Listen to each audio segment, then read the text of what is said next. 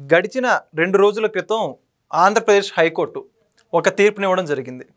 ఏదైతే పాస్టర్ చింతాడ ఆనంద్ గారు అనేటువంటి వ్యక్తి కేసు నమోదు చేశారో దానికి అనుగుణంగా ఎస్సీ ఎస్టీ అట్రాసిటీ కేసు పోలీసులు అయితే నమోదు చేశారు. అయితే దానికి ఒక విచారణకు వచ్చినటువంటి నేపథ్యంలో ఆంధ్రప్రదేశ్ రాష్ట్ర హైకోర్టు పాస్టర్గా ఉన్నటువంటి చింతాడ ఆనంద్ అనేటువంటి వ్యక్తికి ఎస్సీ ఎస్టీ కేసు వర్తించదని చెప్పేసి ఆ యొక్క పిటిషన్ని కొట్టివేయడం జరిగింది. అయితే అక్కడ జరిగినటువంటి ఉదంతం ఏంటి? పాస్టర్ చింతాడ ఆనంద్ గారు ఎస్సీ అయినప్పటికీ కూడా ఎందుకని ఆ యొక్క అట్రాసిటీ కేసు వర్తించలేదు? ఇదే అంశానికి సంబంధించి పూర్తి వివరాలు తెలుసుకునే ప్రయత్నం చేద్దాం. మనతో ఉన్నారు ఆంధ్రప్రదేశ్ రాష్ట్ర క్రైస్తవ నాయకులైనటువంటి ప్రొఫెసర్ జోసెఫ్ గారు. జోసెఫ్ గారు నమస్కారం అండి. సార్, మొన్న 2 రోజుల క్రితం మనం చూసుకుంటే ఎస్సీ వ్యక్తి అయినప్పటికీ కూడా పాస్టర్ చింతాడ ఆనంద్ గారు ఒక చిన్న వివాదం నిమిత్తం పోలీస్ స్టేషన్కి వెళ్ళి ఒక కేసు నమోదు చేశారు. అయితే పోలీసులు ఆ కేసుకు సంబంధించి ఎస్సీ ఎస్టీ అట్రాసిటీ కింద నమోదు చేసి సంబంధిత అవతలి వ్యక్తులు ఎవరైతే ఉన్నారో వాళ్ళ మీద కేసు నమోదు చేశారు. వాళ్ళేమో పిటిషనరు హైకోర్టులో కేసు నమోదు చేశారు. అంటే పాస్టర్ గారు మతం మారారని చెప్పేసి ఆ అంశాన్ని పరిగణలోకి తీసుకొస్తున్నారు. మొత్తంగా విచారణ జరిపినటువంటి ఆంధ్రప్రదేశ్ హైకోర్టు పాస్టర్ చింతాడ ఆనంద్ గారు మతం మారారు కాబట్టి ఎస్సీ ఎస్టీ అట్రాసిటీ ఆయనకు వర్తించని చెప్పేసి కేసును కొట్టివేయడం జరిగింది. మొత్తంగా ఈ యొక్క అంశానికి సంబంధించి మీ యొక్క అభిప్రాయం ఏంటి? ఈ యొక్క అంశంలో పూర్తి విషయాలు ఏంటంటారు? నా పేరు ప్రొఫెసర్ జోసెఫ్ మూసిగంటే అండి.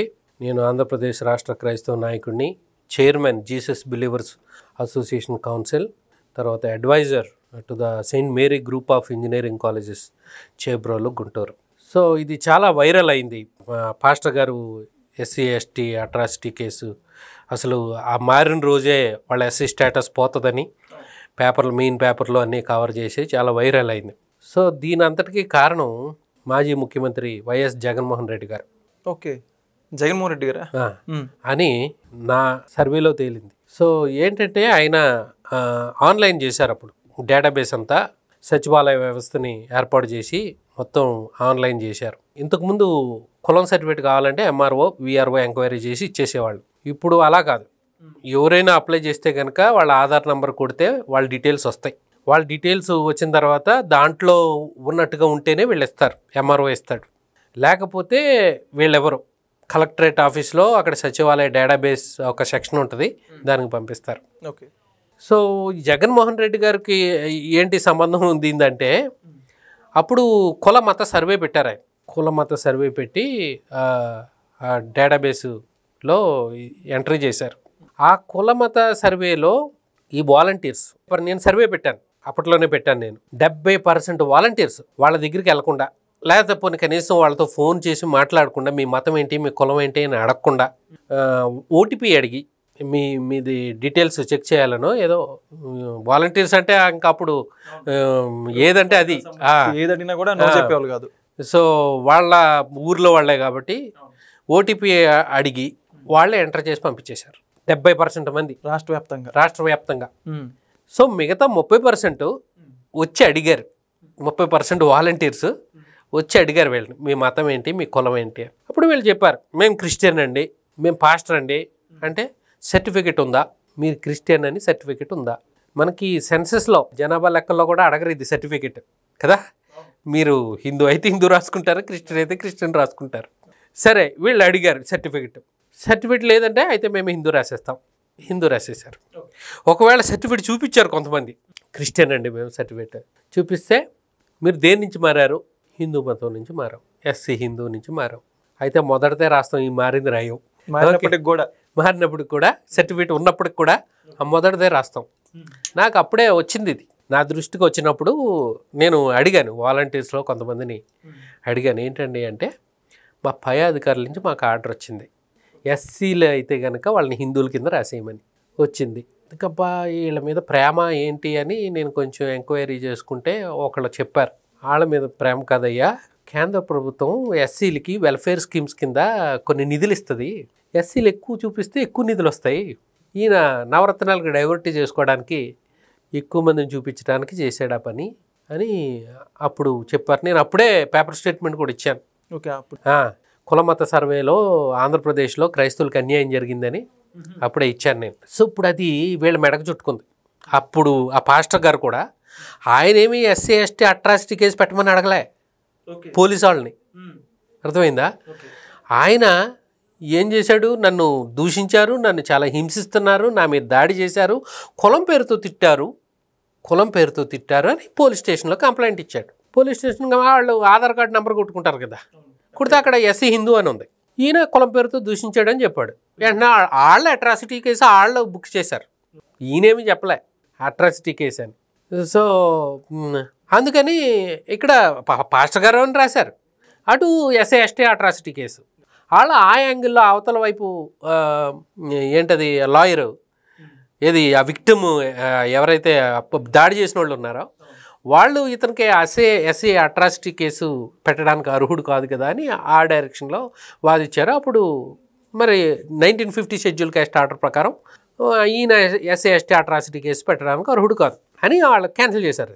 యాక్చువల్గా పాస్టరు అని లేకపోతే అతను పాస్టర్ అయినా ఇప్పుడు కొంతమంది వాదించేది ఏంటంటే చర్చిలో ఎస్సీ వాళ్ళు ఉండకూడదా పాస్టర్ కింద, ఇక్కడ మాకు అన్యాయమేనా, ఎస్సీ వాళ్ళు ఉండకూడదా ఇక్కడ పాస్టర్ల కింద, అంతకుముందు పూర్వకాలంలో మమ్మల్ని గుళ్ళోకి రానిలేదు, ఇక్కడ పాస్టర్ కింద కూడా ఉండనీయట్లేదు అని ఆ డైరెక్షన్లో వాదించేవాళ్ళు ఉన్నారు.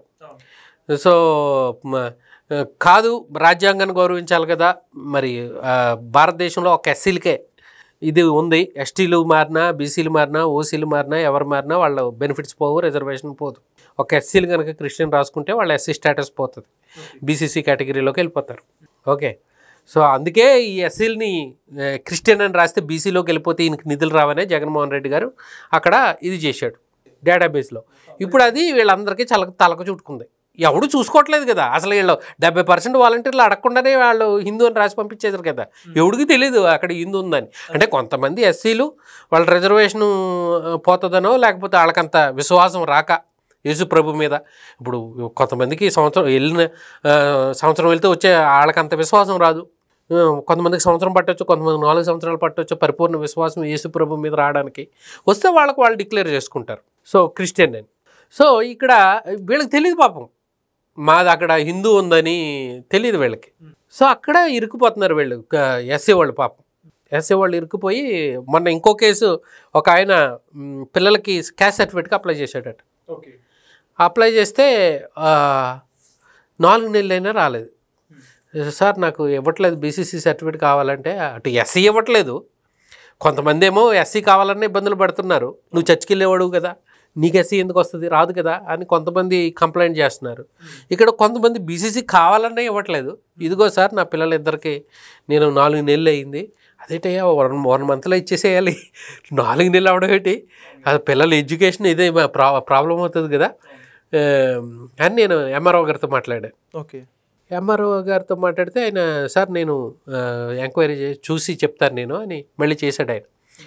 సార్ ప్రాబ్లం ఏంటంటే అది మేము ఆధార్ డేటాబేస్ ఇంతకుముందు మేము ఇచ్చేవాళ్ళం సార్, ఇప్పుడు అంతా ఆన్లైన్ అయిపోయింది, ఆధార్ నెంబర్ కొడితే వాళ్ళ డీటెయిల్స్ వస్తున్నాయి, ఎస్సీ హిందూ అని ఉంది, వీళ్ళేమో బీసీసీ కావాలన్నారు, సో కాన్ఫ్లిక్ట్ వచ్చింది, అందుకని మేము కలెక్టరేట్ ఆఫీస్కి రాసాము, వాళ్ళు మారిస్తే తప్ప మేము ఇవ్వడానికి లేదు, మరి అక్కడ పోయి వీళ్ళన్నా పోయి మార్పించుకోవాలి అని చెప్పాడు.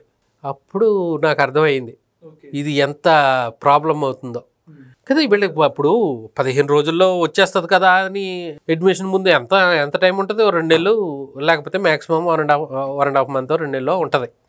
ఈ టైంలో వీళ్ళు సరేలే టైం ఉంది కదా అని లేట్ చేశారనుకోండి, ఈ లేట్ అయిపోతే వాళ్ళ అడ్మిషన్ పోయినట్టే కదా, చదువులకి చాలా ఇబ్బంది అవుతుంది. అనేక రకాల క్యాస్ట్ సర్టిఫికేట్ అన్ని రంగాల్లో ఉపయోగపడుతుంది. సో అంత ఇబ్బంది పెట్టాడు జగన్మోహన్ రెడ్డి గారు.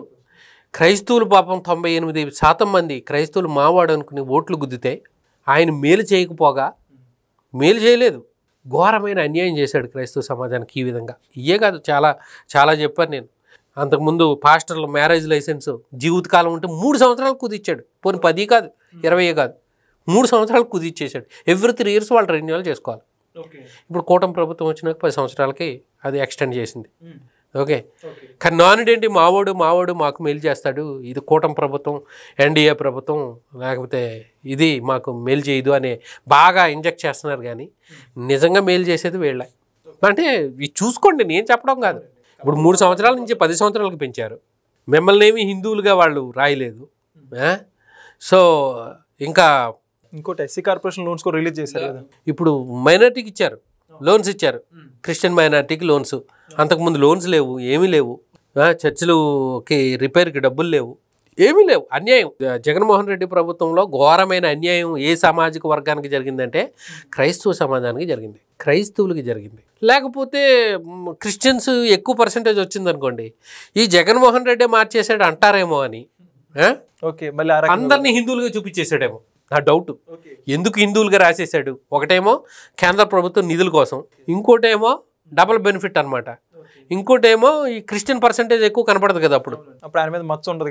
మచ్చ ఏంటండి? ఇప్పుడు నువ్వు తప్పు చేసినప్పుడు విమర్శించేవాళ్ళు విమర్శిస్తారు. 3 రాజధానులు వ్యతిరేకించారు, నువ్వేమన్నా విన్నావా? వినలేదు కదా, ముందుగా పోయావు కదా. లేకపోతే ఇంగ్లీష్ మీడియం అన్నావు, విమర్శించేవాళ్ళు విమర్శించారు, పోయావు కదా. మరి దీని విషయంలో ఎందుకు?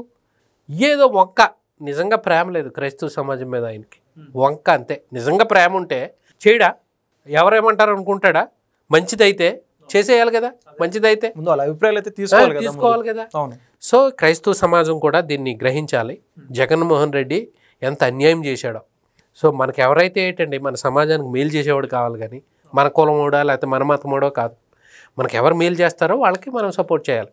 అది క్రైస్తవ సమాజానికి విజ్ఞప్తి చేస్తున్నాను.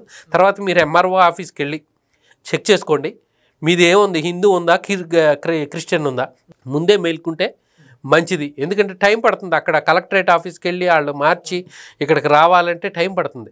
సో ముందే మీరు అది చెక్ చేసుకుని తీసుకోవాలి, లేకపోతే పిల్లలు చాలా ఇబ్బంది అయిపోతుంది. ఎంసెట్ ఇప్పుడు ఇంటర్మీడియట్ అనుకోండి, పోనీ ఎక్కడో ప్రైవేట్ కాలేజీలో చదువుతుంటారు, కానీ ఎప్పుడైతే ఎంసెట్ మెడిసిన్ వీటికి కులం కావాలి కంపల్సరీ. సో అలాగే ప్రభుత్వానికి కూడా నేను విజ్ఞప్తి చేస్తున్నాను, ఒకవేళ మళ్ళీ రీసర్వే కండక్ట్ చేసి వీళ్ళందరికీ ఎగ్జాక్ట్గా ఎవరు ఏంటి అనేది, ఎలాగో కేంద్ర ప్రభుత్వం కుల గణన చేస్తుంది. సో అలాగే స్టేట్ గవర్నమెంట్ కూడా ఈ కుల మతం గణన చేసి ఎవరు ఏంటి అని చేస్తే కరెక్ట్ డీటెయిల్స్ డేటాబేస్లో పెడితే ఎవరికి ఇబ్బంది ఉంటుంది. మంది అందరూ అప్లై చేసుకోవడం, మళ్ళీ అక్కడ కలెక్టర్ వాళ్ళకి ఇబ్బంది కలెక్టర్ ఆఫీస్లో. కాబట్టి ఇది నేను ప్రభుత్వానికి విజ్ఞప్తి చేస్తున్నాను. సో ఇంత ఘోరమైన అన్యాయం చేశాడు. అటు ఆ పాస్టర్ గారు పాపం ఎంత డబ్బు వేస్ట్, అటు ప్రభుత్వ అధికారుల టైం వేస్ట్, ఇంత వేస్ట్ టైం. సో నేను ఆయనతో మాట్లాడాను పాస్టర్ గారితో, ఏంటంటే మీరు పాస్టర్ గారు అయ్యండి, మరి ఎందుకు మీకు తెలియదు అంటే, అయ్యా నేను పెట్టమనలేదయ్యా, అట్రాసిటీ కేసు ఆ పోలీస్ స్టేషన్ వాళ్ళు పెట్టారు, నేను పెట్టమనలేదు. ఇన్ఫ్యాక్ట్ నేను క్యాస్ట్ సర్టిఫికేట్ బీసీసీ సర్టిఫికేట్ ఇమ్మని వెళ్ళాను నేను, అంతకుముందే 2020లోనే ఎప్పుడో క్యాస్ట్ సర్టిఫికేట్ ఇమ్మంటే ఇవ్వలేదు. అంటే ఎందుకు ఇవ్వలేదు అంటే ఈ కాన్ఫ్లిక్ట్, ఈ డేటాబేస్లో హిందూ అని రాసేసాడు కదా.